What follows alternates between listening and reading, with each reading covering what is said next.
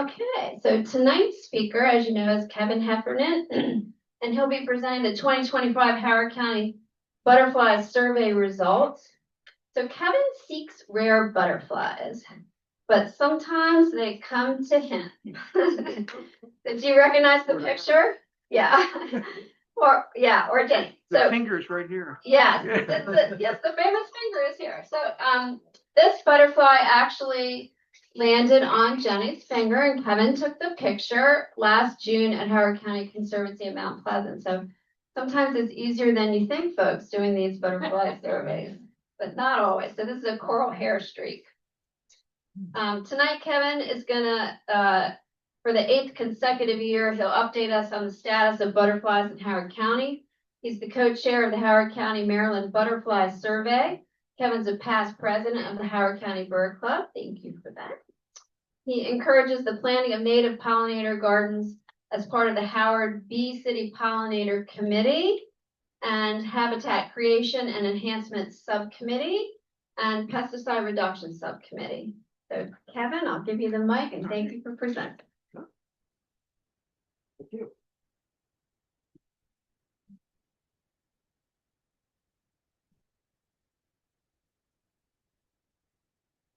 Okay, hello everybody. Thank you. So we're going to talk about the 2025 year. It was a pretty awesome year, as you'll see pretty soon here. So I have a long presentation, so time to get going on it. So is it right or left? Right, we'll go forward. Okay. So I always start with a thank you slide, and a huge thank you goes to Kathy Litzinger, who's the co-chair and again took a lead role in the data collection and organization of it. And Bob Solon, who provides the tools needed to get the data from the email to the spreadsheet where it can be analyzed. Also deals with walk announcements, photo gallery, posted field trip reports, and a host of other things. We hosted 7 butterfly walks this year, and the leaders, Kathy Litzinger, Woody Merkel, Linda Hunt, Annette Allure, and Chris Austin, make these walks happen. Their expertise makes the walk special to the participants. And a special thank you goes to Chris Austin, who had to take vacation for the weekday walks in order to lead the walks. A huge thank you goes out to the 4 people who submitted greater than 100 surveys last year. Clayton Coons with 146, Kathy with 138, Linda with 121, and Annette with 109. And thank you to everyone who sent in a survey this past year, with particular thanks to the 20 people that sent in more than 20. And finally, a big thank you goes out to everyone who sent in photos this year. I get a ton of photos and send out emails 6 times a year, and that helps a lot with keeping people up on what's going on. So one other thanks slide that I didn't have before this year. In 2016, Bob Solon designed the butterfly report form that automated the butterfly reporting system and made this whole survey work. And that form worked flawlessly for nearly 10 years. And unfortunately, on August 11th, the butterfly report form stopped working. And of course, August is the busiest month of the year for butterflying. Bob worked tirelessly for days trying to fix the problem. Thought he had it fixed twice. And unfortunately, the fix still had issues. I talked to Bob several times during those days, and he just seemed exhausted. And with all the hours he was putting in to try to solve it. As a backup plan, Greg asked Steve Luke to try to come up with a new system for ingesting butterfly data. And he came up with the Google Forms solution that's working well. The system was down for 2 weeks. We manually put in the reports received during that time. And many people just held off submitting their reports knowing the issue until the new system was working.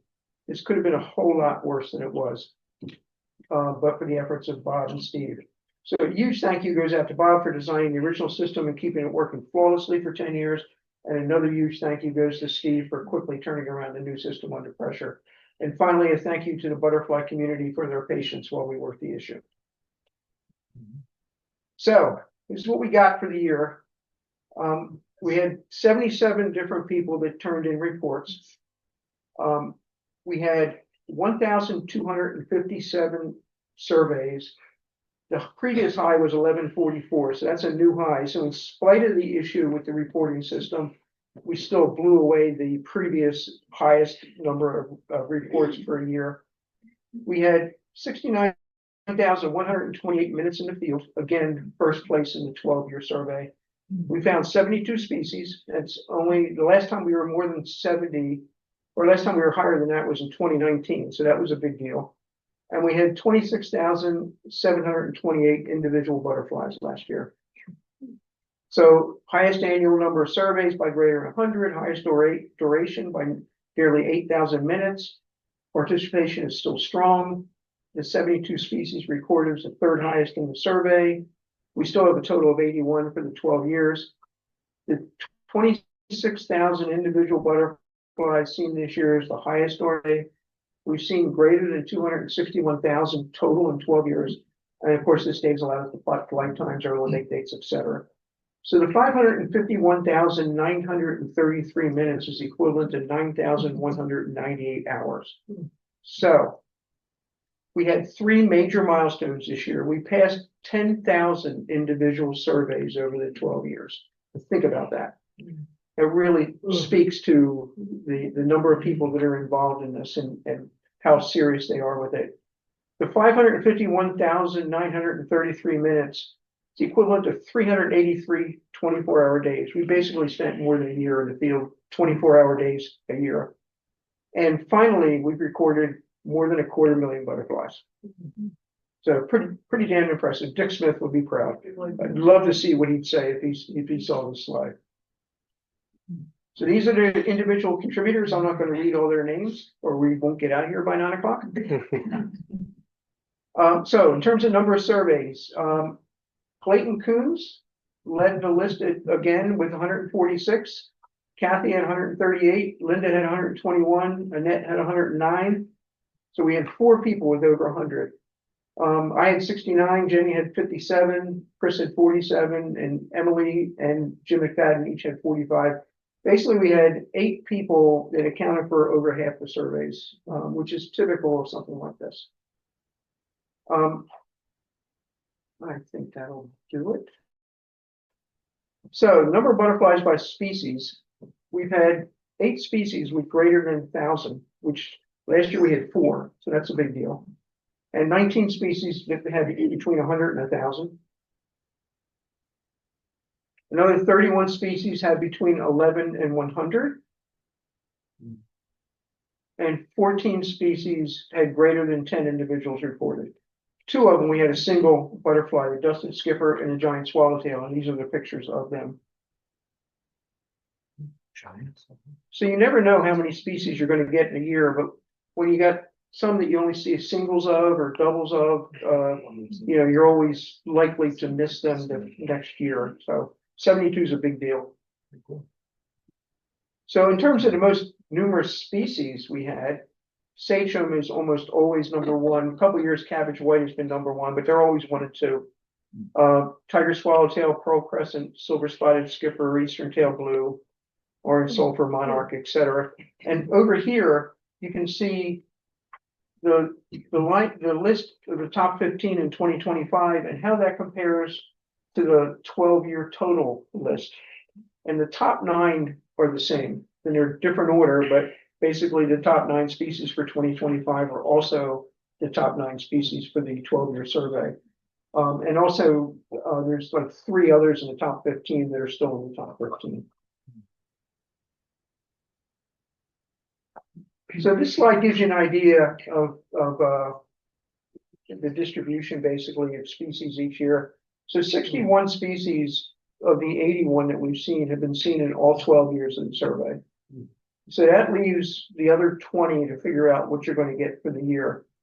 The ones in green have been seen 10 or 11 years of the survey. So they're unlikely to be missed, but possible. The ones in orange, and there's 7 of those, have been seen somewhere between 2 and 9 years in the survey.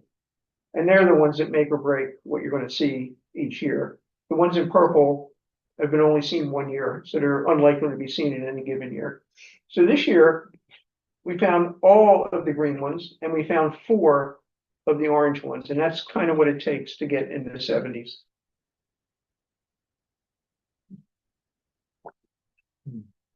So, the species, the highest, these are the ones that had the highest number of the 12 years. So common cityling had 53, more than doubled its previous high last year of 26. And if you look at before last year, there was nothing more than 10. And we had 1 year we only had a single. And what happened was we found a farm that had lamb's quarters and pigweed, which are its host plant, and they were everywhere. So it's finding the right spots is what counts here. Lee Skipper had a really good year as well, significantly higher, more than 100 higher than its previous high. Fiery Skipper, in fact, let me go back a slide or two.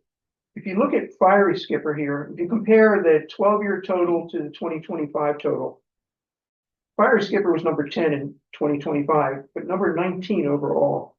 That means it had a really good year in 2025. And this is proof of that. It's almost doubled its previous high. They were everywhere this fall. Home Hope Skipper with 37. It's really picked up in the last 5 years. The Broadway Skipper with 29 is a big deal. Pipeline Swallowtail over 50 for the first time. More people were planting pipeline in their yards, so people were seeing this butterfly. Look at Zebra Swallowtail. People run over Belmont, which helps a lot. It's not commonly seen, but that's a place you want to go if you want to see Zebra Swallowtail. And Spicebush Swallowtail is another one. I could go back to that 2025 versus the 12 years, and it's another one that stands out as well. Look at Harvester. First 8 years of the survey, we had 12, 13, 14, 15, 18 total. And then we had 14 and 22, 15 and 23, and 25 last year. So just getting the right people out in the woods, trying to find these butterflies, having the additional eyes makes all the difference. Spring Azure, I have a different slide on. We saw 2 in 2014 and 2 in 2025 and 0 in between. And there's a slide about this. There's a story on it. It's interesting. Juniper Hairstreak, again, had its high by a pretty significant number over its second highest, and Summer Azure as well. The Azures had a good year. And the last two, American Snout and Hackberry Emperor. Look at Hackberry Emperor. We had 21 this year. We had 2 last year. We had 8 on a single walk at Mount Pleasant this year, which, met or exceeded, probably 8 years of sightings in the survey. So the second highest, Juvenile Dusky Wing, Horace's Dusky Wing, Clouded Skipper, Ocala, Eastern Tiger Swallowtail, and Sleepy Orange. And Coral Hairstreak, Gray Hairstreak, Pearl Crescent, and Monarch. Look at Monarch here. We have been averaging, 600 to 900 for the previous 4 years. And we had this real massive peak in 2018, and then it dropped to the 300s the last 2 years. And I was really concerned about it. And then it went back up over 1,000 this year. So you just don't know. And some of it may be having more eyes in the field. We had a lot of people this year, but I think part of it was the Monarchs had a good year, basically. So before I get into this, we had 14 species with a high count and 10 species with a second high count. That's 24. We had a total of 72. So 1/3 of the species had the highest or second highest count last year. So that's a big deal. On the other side, we had 4 with low counts. Southern Cloudy Wing with 4, and I'm worried about this one. It's only found in one place in the county in the 12 years in Murray Hill. The American Copper with 8. There's one place we go, and that field is having some issues. And it basically it's how many times we get out there as well. Banded Hairstreak with 3. That's pretty scary at this point. We looked everywhere for those last June and couldn't find them. And then Eastern Tail Blue, even though it had more than 1,000, it's still the lowest count it's ever had. And then we had 3 with the second lowest count. Cloudless Sulfur, who knows what's going on with that? We had 215 in 2024 and 9 last year. And I've been looking online to try to figure out what was going on there. I haven't seen anything yet. Red Admiral with 45 at second lowest, and Viceroy with 10 is becoming harder to find each year, it seems like. So new early dates, Harvester in April 18th by a net, which is a good 2 weeks ahead of May 2nd, which was the previous early date, which last year, which was 3 weeks ahead of its previous early date. So interesting there. Clouded skipper that Jim McFadden found was a whole month earlier than its early date, and Ocala skipper was a week. And then on the late date side, I remember when Bill Hill found an app brown in early September, and we were thrilled that he found one that late. And Karen Blum just blew that away by 3 weeks and found one on September 20th. And on that same walk at Meadowbrook, she had a broad-winged skipper, which also established a new early date, which lasted 1 day because Kathy Litzinger found one in her garden the following day. Horace's dusky wing was a tie. The early date 20-inch skipper was a week later. Red Admiral was a tie, and silver spotted skipper was a couple days later. So I got 3 slides on monarchs that I think are important here. In the 1980s, over 4.5 million Western monarchs flocked to overwintering grounds in coastal California. In the mid-90s, we had 380 million Eastern monarchs that made the journey to their overwintering grounds. But basically, 99% of the monarchs are in the East, and 1% is in the West. Since then, the Western population has shrunk by 95%, and the Eastern population by 80%. And they expect by 2080, the Western population has a 99% probability of extinction, and the Eastern population is a 56 to 74% probability. The International Union for Conservation of Nature has labeled the monarch as vulnerable, and on December 2024, the U.S. Fish and Wildlife Service sought public input proposal that the monarch be listed as a threatened species under the Endangered Species Act. There was a 90-day comment period that ended on March 12th, and the Fish and Wildlife Service has a year to review the input before making a decision. So it'll be really interesting this March to see what they do with this one. So in 2024, there was a big deal because the number of monarchs in their Mexican wintering ground doubled from the previous year, and everybody was really happy about that. But let's put it in perspective here. Look at where it was in 1996. 45 acres of monarchs, 425 million monarchs. Now we're down here. So yeah, it doubled, but that's on a relative scale. On an absolute scale, it's dropped dramatically. And what they want is they want a maximum recorded area is 45 acres. What they wanted to establish at 15 acres as a goal, and they're pretty far from that. So right now. So I will be interested in early March to see what they come up with on this one. If it follows our survey, it should be good. So our survey results, the 1,015 we had is the second highest and significantly higher than the last 2 years. Look at the caterpillars. We had 516 caterpillars. The previous high was 362. And with the chrysalises, we had 92, with the previous high being 57. So they're the highest numbers for both. I want to call out David Ryan. So for years, he's primarily reported numbers of monarch adults, caterpillars, and chrysalises and provided videos. His support for the monarch cause is really appreciated. Deborah Slews found and photographed 7 monarch chrysalises in her yard in early October and sent photos. And Karen Blum reported 67 monarch caterpillars in her yard. And I questioned that. I said, there's no way. And she said, yeah, you counted them. And it was right. Chris Austin had 31 on August 24th, and Kathy Colston had 30 on September 14th. So it was a good year for monarchs. So we had, every year I try to see something interesting I can show on this that's different. And this year we had a lot of photos of butterflies landing on people. So this coral hair streak, Jenny and I were out butterflying at Mount Pleasant. It landed on my boot. It was there for like 5 minutes and we wanted to move on. So she went down to try to flick it with her finger, and it climbed on her finger and stayed there another 10 minutes. She also had an American snout on one of the walks that stayed with her for 20 minutes to allow really close views. I had a hackberry emperor land on my shirt on one of those walks as well. And there was a lady, I didn't get her name, who's had a hackberry emperor on her leg that Kurt Schwartz took a photo of. I had to throw this one in. Annette's the only person I know who can get a tree frog to climb onto her finger. She also had a juniper hair streak on her finger. And interestingly, she had a hackberry emperor in Ranger the Barred Owl's cage at Mount Pleasant. And the hacker emperor landed on Ranger's head, and she didn't get a picture of it, but boy, would that have been an awesome shot. And here we had, and they had wine in a garden. They have a bunch of vendors there, and Chris was one of the vendors, and a tawny emperor landed on his finger. Now, we had a single tawny emperor in 2024.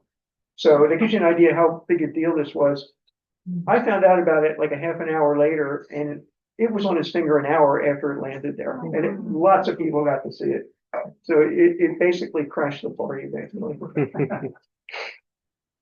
So this is another interesting one. This eastern tiger swallowtail here was found and photographed by Jenny in her yard on August 15th. The photo was forwarded to Annette and then to Harry Pavilon, who had never seen one like it in the past. Look at the black in here. And then the next day, she had an aberrant red-spotted purple. Picture this app called it a white admiral, which doesn't make any sense to me at all. But Harry Pavilon also confirmed this as a aberrant butterfly. So if there's a photo of a normal red-spotted purple compared to this one, just to give you a sense. So back in 2012, when we were really starting to think about doing a survey, we didn't start until 14. Linda Hunt was putting out information about rare butterflies to look for. And one of the big ones here was harvester. Harvester adult had not been seen since 1996 at that point. And Bonnie had found a caterpillar in 2012, but we didn't see the first adult until 2014, the first year of the survey. And to give you an idea of the number of eyes making a difference, we've only missed it 1 year out of 12. So here's the life cycle that we've been able to see over the last 12 years. Annette got a pair of them mating. I think this was at Mount Pleasant. Bonnie had a couple harvester caterpillars. And Annette found a harvester ovipositing, and you can actually see the egg coming out of the ovipositor. I mean, how cool is that? Here's, harvester caterpillars are unique in that, most caterpillars are herbivores and they eat leaves of plants. The harvester caterpillar is a carnivore and it eats aphids. So you want to find a harvester, you look for a beech tree with aphids on it. And here it is. This is a dorsal shot of an adult. They're hard to find because they usually don't open their wings up like this. And Bonnie Ott, a few years ago, was bound and determined to find a chrysalis, and these things overwinter in chrysalis form. And she spent hours looking in the leaves under a beech tree, and darn, she didn't find one. It's just freaking amazing. So this was supposed to be a video of a harvester caterpillar eating aphids, but we had a technical glitch. I didn't realize that I needed to have the videos on the thumb drive. I thought they were embedded in PowerPoint. So my 4 videos tonight are not going to play. Apologize for that. But it's a really cool video. You could just act it out for us. Yeah, right. We'll have them on the YouTube channel, so you can look it up. Out, but not tonight. So species seen every year with the fewest number of individuals. A couple of years ago, that was common sooty-wing. Now it's common woodnip. We've seen it all 12 years. We have a total of 55 individuals in 12 years. And look at the last few years. Basically, the last 7 years have been 5 or less. So that's a hard one to find. Less than 3 a year on average. And most of these have been found at Mount Pleasant. So some interesting observations. Jim McFadden found a possible overwintering orange sulfur on March 25th at MPEA. This guy looks like he was overwintering. Sue Muller found a winter form sleepy orange right here on April 23rd, and Jenny and I also found one on April 14th at Centennial, or at Centennial, and we didn't get a photo of it though. This is the 3rd year in a row we've had overwintering sleepy oranges, and it's clear that they are now overwintering in the county. On April 8th, I had an eastern tiger swallowtail, which, they have an early brood, so that's no big deal, except it was windy and cold with a temperature of 47 degrees. I was flabbergasted for that one. Barbara White's garden continues to produce pipeline swallowtails, and Kathy Caberly now had at least 3 broods of pipeline swallowtail in her pipeline. Photos of this beautiful male in Barbara's yard and the caterpillars in Kathy's yard. And this year we had a record 53 pipeline swallowtails found. And this is one of the southern butterflies that are starting to migrate north that we're seeing with climate change. Last year, Annette confirmed that black swallowtails use asparagus as a host plant. We've always known that, but we've never seen it. This year, she confirmed that they use lovage as a host plant. Now, I never even heard of that plant, but you look it up, and sure enough, it's part of the carrot family, and they use it. The first instar black swallowtail caterpillar looks totally different than the later instars, which I never knew until this year. Butterfly walks at Mount Pleasant on July 12th and 23rd had gorgeous views of juniper hair streaks on mountain mint in the community garden. They're hard to find. Usually you see them at the top of their host plant, host tree. So seeing them down this low is really good. We had 8 hackberry emperors found on the August 19th walk at Mount Pleasant, which is amazing considering we had 2 last year for total. And that met or exceeded the annual totals of 8 of the years of the survey in that one walk alone. And it was also the first walk where both emperors were found on the same walk. I photographed 3 coral hair streaks on 1 common milkweed flower at Mount Pleasant on June 21st. This was more coral hair streaks that were seen in 2014 and 2018 total on 1 flower. A survey high total of 223 gray hair streaks were reported last year, and we followed that this in 2024. In 2025, we had 216. So they're still going strong. We now have 53 species that have been reported at St. Anthony's Shrine, Little Portion Farm, which is amazing considering we've only known about it for 3 years. I brought up before the cloudless sulfur. We had 215 last year. And this year we had 9. Pam Perna found and sent a photo of this question mark that was just emerging from its chrysalis. We get some really cool photos in this whole thing. And in October, I received 2 photos that each had a pair of praying mantises mating. Now, as a butterfly survey, what's the big deal? Well, the female in each photo was multitasking. In the first, she was eating a grasshopper. In the second, she was having a sachem for lunch. Yeah, we didn't count the sachem. So white hair streaks, a vibrant iridescent blue color on their dorsal side that's rarely seen since they rarely show their dorsal side. And Robin Todd found a deceased one in his yard, which at least we could see the vibrant blue color. Again, I mentioned before, Deborah Slews had a bunch of monarchs that formed chrysalises, and she sent in a bunch of photos of that. And again, this is the first instar monarch, and like the black swallowtail, it looks totally different in the 2nd, 3rd, and 4th instars. And Pam Perna sent in a photo of a zebra swallowtail caterpillar, and they're really hard to find. They are in pawpaws. They either go to the ground or underneath the leaves during the day and feed at night. So just to prove me wrong, she sent me this photo of 3 different instars of zebra swallowtail caterpillars in her yard. I'd love being proved wrong. So this was the 2nd video that you won't see today, but you'll see on the website later on. This was taken at Foxfield Farm. We had kind of a special walk there. If it was going, you'd see 50 tiger swallowtails flying around this creek. It was pretty freaking amazing. So we had 6 butterfly walks this year. Between June 7th and August 31st, 5 were at Mount Pleasant, 1 was Elkhorn Garden Plots. We had a total of 179 people. The August 9th walk had the most, we had 47. Wow. Each walk had 4 or 5 leaders, which is pretty amazing, as just there. We had an average of 22 species were seen, a max of 31 on August 9th. The best finds were 45 littlewood satyrs on June 7th, 11 American snouts, which exceeded 6 of the 11 years of the survey. Close-up views of 5 juniper hair streaks that I mentioned earlier on August 9th. The 8 hackberry emperors, only found 2 last year, 1 tawny emperor, and 3 swarthy skippers out of the 4 we saw this year on August 19th. So some pretty good things going on in those walks, and I urge you to go to them next year.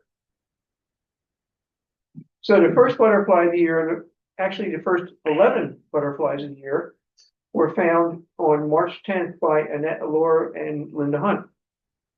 In talking to the two of them, Annette was out earlier and her first sighting was a morning cloak, which is right here. Annette actually found the 9 of those 11 butterflies, 5 morning cloaks and 4 eastern commas, and Linda found 1 of each. So in 23, we found 19 butterflies in February. In 24, we found 2. And in 25, we found 0.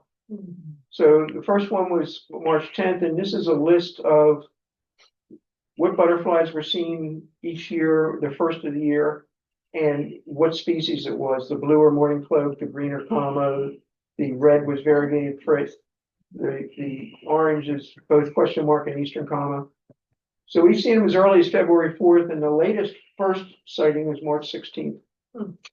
When January 20th of 2020, Bonnie saw an angle wing, but couldn't tell whether it was a comma or a question mark, so we couldn't count it. But you can see them as that early.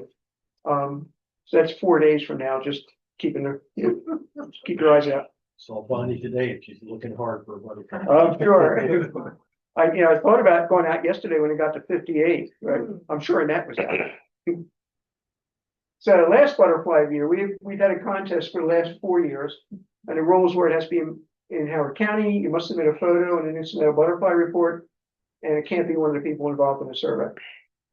So the winner this year was Karen Blum, who found an eastern comma at St. Anthony's Shrine on November 26th.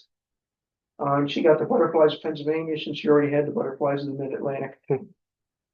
So interestingly, out of the 12 years, this is the 3rd year that the last butterfly of the year was seen on November 26th. And when you look at it, there's 6 of them in this last week in November, and then 6 of them in early November, and as late as December 27th. So you never know. So I always put photos up that I've seen through the year. So this is one of the ones from Deborah Slews of a monarch that just came out of just eclosed basically. It doesn't even have his wings, out yet. There's a really nice photo by Sidney King of a pair of American snouts on one of the Mount Pleasant butterfly walks. Long-tailed skipper by Clayton Coons, and a white-M hair streak by Kathy Litzinger. Kurt had a great shot of a pipeline swallowtail, and Pam Pernis of a skipper, and a question mark from Pam Franks. 20 Emperor by Annette, Fiery Skipper by Pam, a Harvester by Annette. And the sleepy orange and the orange sulfur here, it's really, really hard to get good dorsal photographs of these guys. And we got 2 of them, so I put them both in there. One by Jim Wilkinson for the sleepy orange, and one by Clayton for the white form orange sulfur. And then there's the variegated frit by Annette. I had a southern cloudy wing, one of 3 that we had this year. Annette's dusted skipper was the only one we had this year. Southern broken ash by Greg. Common wood nymph by Annette, one of 2. And then we had a couple common buckeyes mating, and a red spotted purple by Pam. So each year I do a butterfly of the year, one that stands out over the rest of them. And, the butterfly of the year was basically decided in April this year. So historically, it was believed at the azure, spring, summer azure grouping has a real interesting history. So historically, it was believed that the spring and summer azure were different broods of the same species. So it came out in the spring, it was the first brood of summer azure. The fact that they were 2 different species wasn't figured out until the 1980s. So easy peasy. If it came out in the spring, it's a spring azure. If it came out later, that's a summer azure. No problem. In 1999, it was determined that summer azure had an early brood that came out before the spring azure. Uh-oh. We had a problem, and they're really hard to tell apart. So you really basically need both a dorsal and ventral photos, and you need to send them to Harry Pavillon and get him to agree that it's really a spring azure. And to make matters even more interesting, the spring azure went into rapid decline starting in 1990 with the demise of the flowering dogwood. It's really rare now in the Piedmont. So the Howard County Butterfly Survey history, Annette Allure and Richard Orr found this species in 2014. It hasn't been seen for the next 10 years. And on April 4th, Annette found a possible spring azure at St. Anthony's Shrine, and Harry confirmed it. And then on April 9th, Chris Austin found a second one, also at St. Anthony's Shrine, and they were different. You could tell by the nicks in their wings. Also confirmed by Harry. So we had 2 in 2014 and 2 in 2025. And Harry's response was, wow, congratulations. You've got a verified spring azure.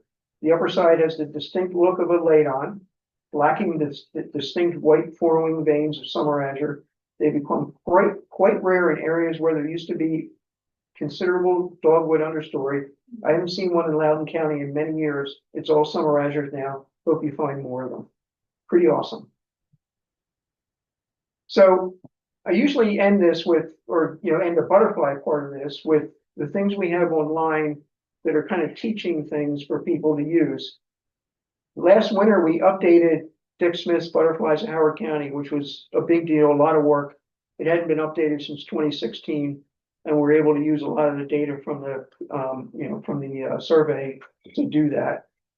We have the butterfly ID cheat sheet. We have butterfly flight times. We have early and late dates. We have overwintering strategies. We have the annual butterfly year presentation, which is tonight. And then we have pollinator garden design templates and design spreadsheet, the butterfly photo gallery, which is what got this whole thing started, butterfly walks and the reports from those, the annual reports, which will come out in the March, April newsletter. We have the last butterfly of the year contest, butterfly year status emails that I put out 5 or 6 times a year. The distribution is now up to 430, I think. We do butterfly talks, butterfly ID emails. If you don't know what a butterfly is, send me an email and I'll try to ID it for you. I came up with a true butterfly ID online class last fall, and we ran it 4 times. It went really well. And I intend to start up again in the spring, so we can at least get everything but the skippers to the point where people are confident they can ID them. And then the first identified butterfly of the year. So the things in blue text there are basically on the Howard County Bird Club website, and many of those are PDFs that you can download to your phone and use them in the field. So we have a wish list. I'd like to do additional butterfly walks because people really enjoy those, and to different places other than Mount Pleasant as well. The trouble is we're manpower limited. We're doing about as much as we can do right now. So if anybody's interested in helping out, please let me know. And I have my card up here. I actually got business cards in the last few weeks. So if you want to grab one of those and pop me an email if you're interested in doing any of this stuff. Butterfly walks for targeted species. In the spring when there's, falcate orange tip out, I'd love to take people out to see them because they're only out for, 2-3 weeks and then they're done for the year. And many people have not seen that one. Putting together a 2-part butterfly ID class. The true butterflies is done, but I'd love to do skippers and creating a skipper cheat sheet. Putting together a host plant list for each species. And ultimately it's having input into mowing and pesticide herbicide schedules in the county. That would be awesome. So how you can get involved, you can get out in the field and submit surveys. You can find new locations. If you know someone who has good habitat and might be okay with having us come on and just seeing what they have. Leading or co-leading butterfly walks, which can be just, writing down what we've seen. You don't have to ID them. You can start by just being the scribe and writing down what we've seen. Helping at table events, recruiting new people, etc. So now I'm going to move over to the native plant side of things. So I call it a 16-step process to cure nature deficit disorder. Other people have these lists and they're different numbers, but this is mine. So, plant a native plant garden, use straight natives instead of cultivars or hybrids. Use local ecotype native plants. Landscape for caterpillars, which people don't think about too much. Use as many of the keystone trees, shrubs, and perennial plants as possible. Support native plant nurseries, remove invasive species, minimize the number of non-native plants, shrubs, and trees in your yard. Reduce the size of your lawn is a big one. Leave the leaves, which once they said that, I was going, yes, because I hate raking. Wait until mid-spring to clean up your garden, turn out the lights at night, reduce or eliminate insecticide use and mosquito spraying. and provide nest sites for bees and basically spread the word. So this is one I used last year, but it really encapsulates why native plants are important. So I put it in again this year. So plants lace their leaves with nasty tasting or toxic chemicals to keep herbivores from eating them. Kind of makes sense when you think about it. And insects that eat these plants have to adapt to these chemical defenses. So the plant then adapts to the insect adaptation in a reciprocal evolution. Of the 6,752 species of butterflies and moths in North America with confirmed host plant records, 86% confine their larval development to plants within only 3 families out of the 268 plant families in North America. So they're not only unable to eat almost all of the non-native plants, but also most of the native plants. This is called host plant specialization, and many native solitary bees are pollen specialists, requiring a specific plant as well.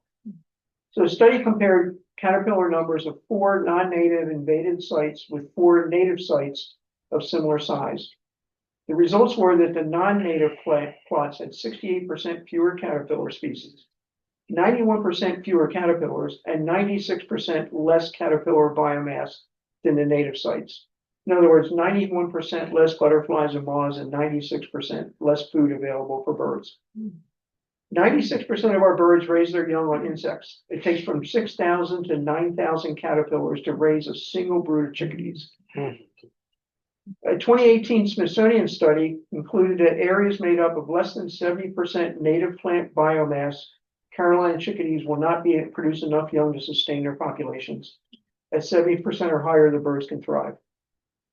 The Mount Cuba Center conducted a survey of 14 local nurseries in Pennsylvania, New Jersey, Maryland, and Virginia to determine what percentage of plant taxes sold by the local nurseries are native.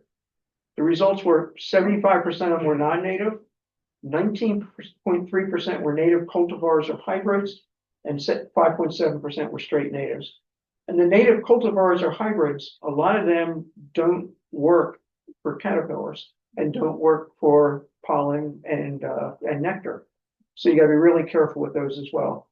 And 2% of them were invasives, and another 2% were on the invasive watch list.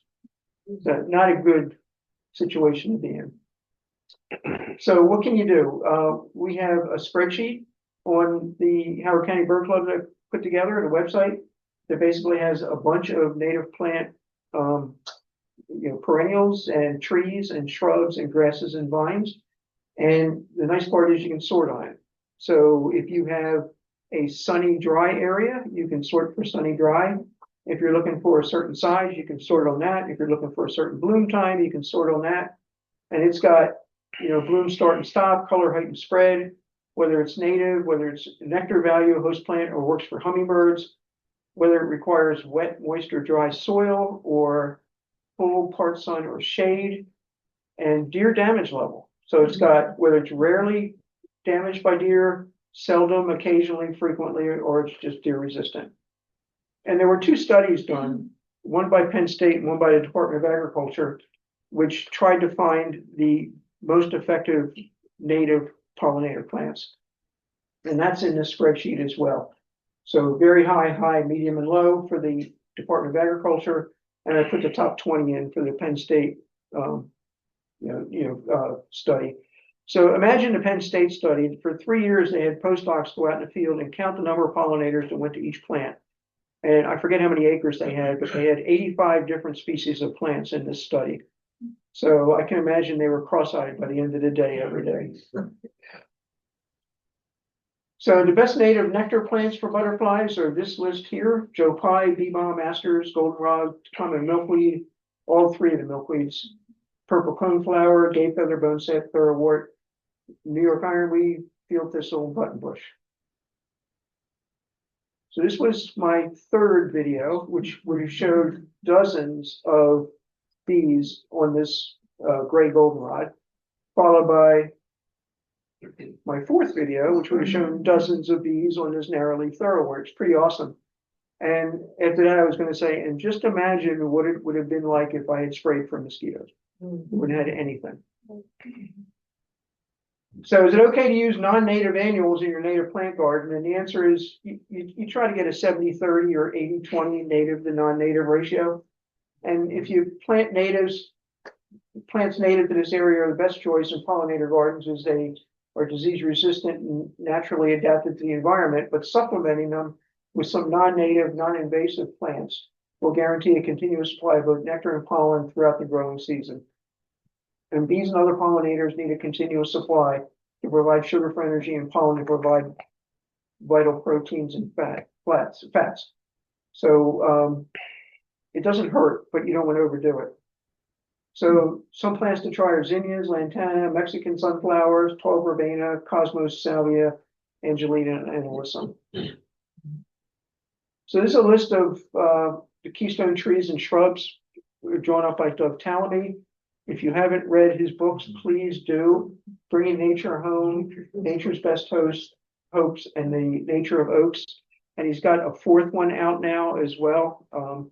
Every one of them is worth a good read, and I've read each one of them at least twice. They're really, really good. But look at oaks. It supports 534 species of caterpillars. And you go all the way down. And what people don't realize, the trees are what's important, because the 20th most tree is chestnut with 125. The best herbaceous plant is goldenrod with 115. So the trees are what you want to get in there, but it always, it doesn't hurt to put in, perennial plants and shrubs as well. So I wanted to make sure people were aware that a new book just came out called the Maryland Native Plant Guide for the Piedmont region. It's up here on the front table, as are some of Doug Tallamy's books and some butterfly field guides as well. It's a great book. It's 180 pages, produced through a partnership between the University of Maryland Extension, the Native Plant Society, Department of Natural Resources, and the Maryland Department of Agriculture. It has educational articles to support gardening success, photos and descriptions of 300 plus featured plants, plant lists for specific site conditions, aquatic plants suitable for ponds, advice on managing invasive species, planting approaches in the face of climate change, an index of plants native to Maryland Piedmont, planting strategies from Nancy Lawson, and tips for dealing with deer. And you can download the PDF from the Maryland Native Plant Society, and they're selling hard copies as well. And I put this in, so I said they're selling hard copies, but they're currently out of stock. Please don't order one until I get my copy. But that you can just disregard that, because I finally got my copy. So buckets of doom. I talked about this last year. Jenny and I both placed 4 buckets of doom in our yards last summer. The results were better than the year before, but not as good as I'd hoped. And I plan to use them next year, but I'll do a better job of reducing the other sources of standing water. I contacted Maddie Potter, who has a PhD in entomology from the University of Maryland, regarding her thoughts on the buckets of doom. And this is what she said. The current studies show that at least 80% or more of the neighborhood need at least 3 or 4 trap buckets per household in order to have an effect on the mosquito populations, which surprised me. Buckets can become larval breeding grounds if you not properly maintained, as the BTI dunk loses effectiveness over time. The top action someone can take to sustainably manage mosquitoes is to seek out and reduce the number of sources of standing water. And what I didn't realize is some mosquitoes only require as little as a teaspoon of water to reproduce. So that's a challenge. So these mosquito buckets can help reduce some mosquitoes if maintained properly, but this management tactic should be paired with other sustainable management tactics to effectively manage local mosquito populations. The buckets aren't a quick fix. They're one of several things that need to be done. Pesticides, highest risk, should be considered used only as a last resort. And Howard County, Bee City has developed a presentation on sustainable management of mosquitoes titled "Where Have All the Fireflies Gone?" And it was piloted last summer, and they plan to present it at Greenfest on April 11th. So please look for that. I'm going to be really interested in what, I haven't seen it yet, so I'll be really interested in that one. And that's it. So embrace the wild in your garden, and thank you for listening and volunteering.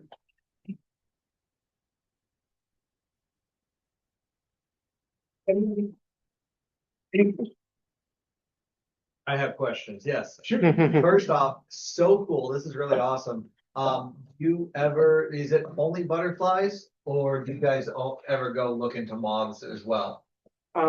So there's like 12 times as many moths as there are butterflies, and many of them make sparrows look easy. No, I'm afraid to do moths. It makes sense, yeah. This data is fantastic. Is this only in Howard County, or do you guys also connect with other people doing the same thing other places? No, pretty much only in Howard County. Okay. So I don't think there's any other county in the state doing this. There are other states that do it. Ohio does it, New Jersey does it. But I don't know of any other county that does it. Okay, So, okay. Yeah, Man, that's too bad. This is really cool. yeah.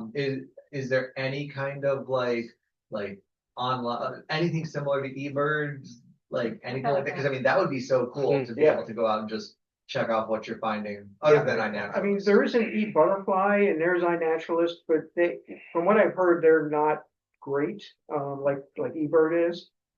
So we've been sticking with, we do this in Excel. So not quite the same as a database, but it works.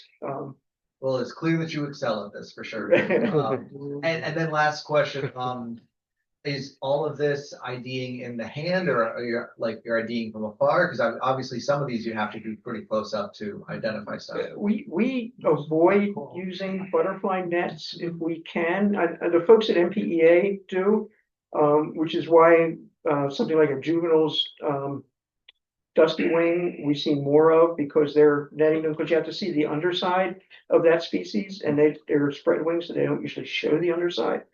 But for the most part, we don't net them if we can avoid it. In fact, I don't even carry a net, so, and I don't know anybody that does. And in fact, if a net caught someone carrying a net, it would not be pretty. Okay, good to know. Thank you.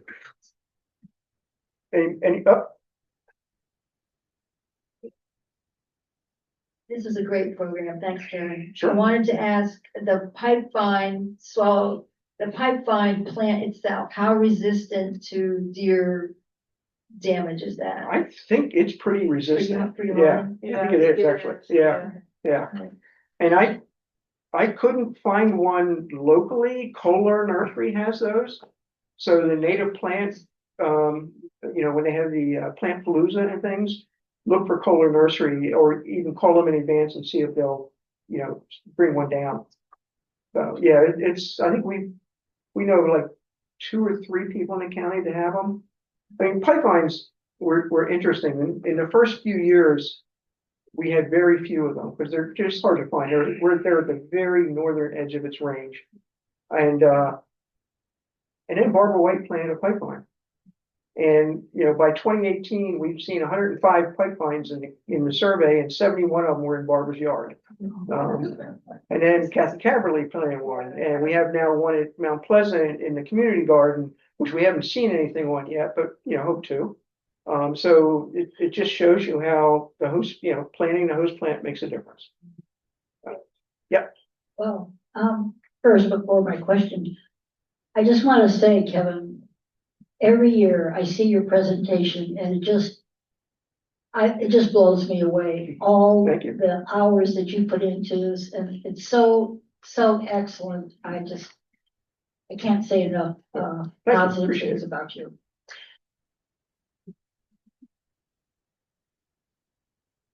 So my question's kind of minor, but and you used to be a birder until you went to the dark side. Okay, fine. I always say that. And but do you have any way of communicating when you guys find a butterfly besides calling everybody on the phone, or when you see something special? Yeah, we actually have the same thing the birders have. But we don't use it, unfortunately. Butterflies don't hang around like the birds do. So you can call people out there.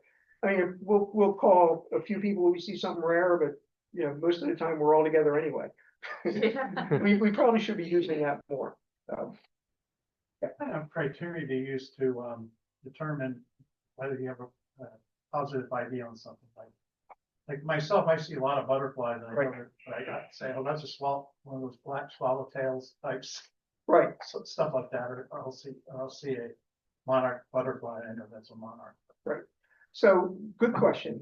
So for, if it's a rare butterfly and I see a report of a rare butterfly, I'll send an email back and say, do you have a photo? You know, a funny story is when I first started doing early dates and late dates, I thought I wanted to get that out there just as another tool. I found someone who reported a hobo-moke skipper in August. Well, hobo-moke skippers have one brood and they're basically in June, and you know, by August they're long gone. So I looked up who was dumb enough to send that in, and it was me. And I didn't know any better. So it's a learning process. I eliminated that one from couldn't have been. So there is QA being done, you know, as the reports come in, I scan them to see if there's anything unusual. I mean, if it's a tiger swallowtail or a monarch, you know, I figure people know what they're doing with that. When some of the skippers, I'll ask questions. You know, for the true butterflies, we put out the true butterfly cheat sheet to help people with that. So, you know, part of it is, you know, if Annette says she has an ultra rarity, I don't question that at all. And, you know, for the first, you know, 5 or 6 people in that put in the most number of surveys, same thing, they know what they're doing. But part of it's a learning process and teaching also. So, yeah, well, I'll ask, you know, if I see something unusual.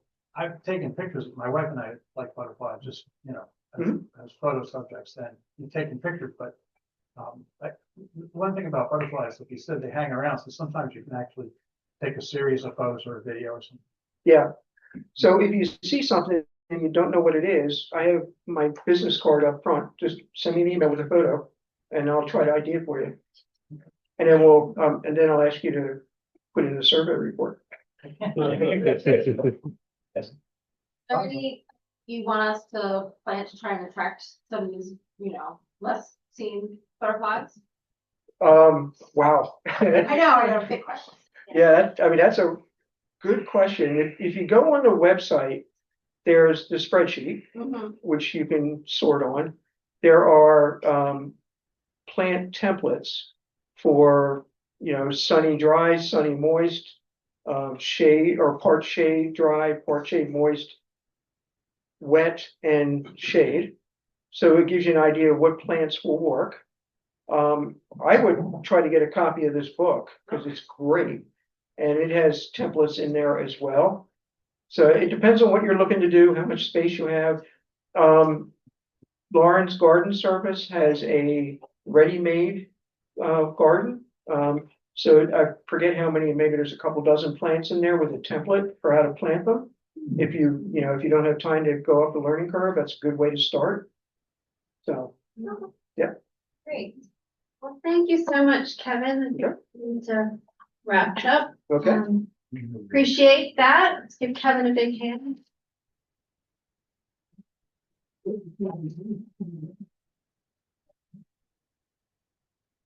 And please join us next month for Laura Wolf. We'll be speaking about the birds that she saw in the Arctic or Antarctic. Antarctic. Yeah. See you next month. Thank you.